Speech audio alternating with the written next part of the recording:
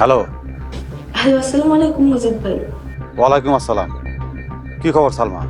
সারাদিনে একটা ফোনও দিলা না। ওইদিকে খবর কি? আপা মনে অনেক জ্বর, তো নতুন একটা খবর আছে। নতুন খবর কি বলো? ট্রেন তো একবারে জমা গেছে। আরে আমি আছি দুনিয়া ঝামেলার মধ্যে, তুমি আছো প্রেম বিরতি নিয়ে। এই ট্রেন গোলাম আর মালিকের ট্রেন। মানে কি করতে চাও? সাহেব আর সাদিয়া আপার প্রেম, বিশেষ করে সাদিয়া আপার প্রেম।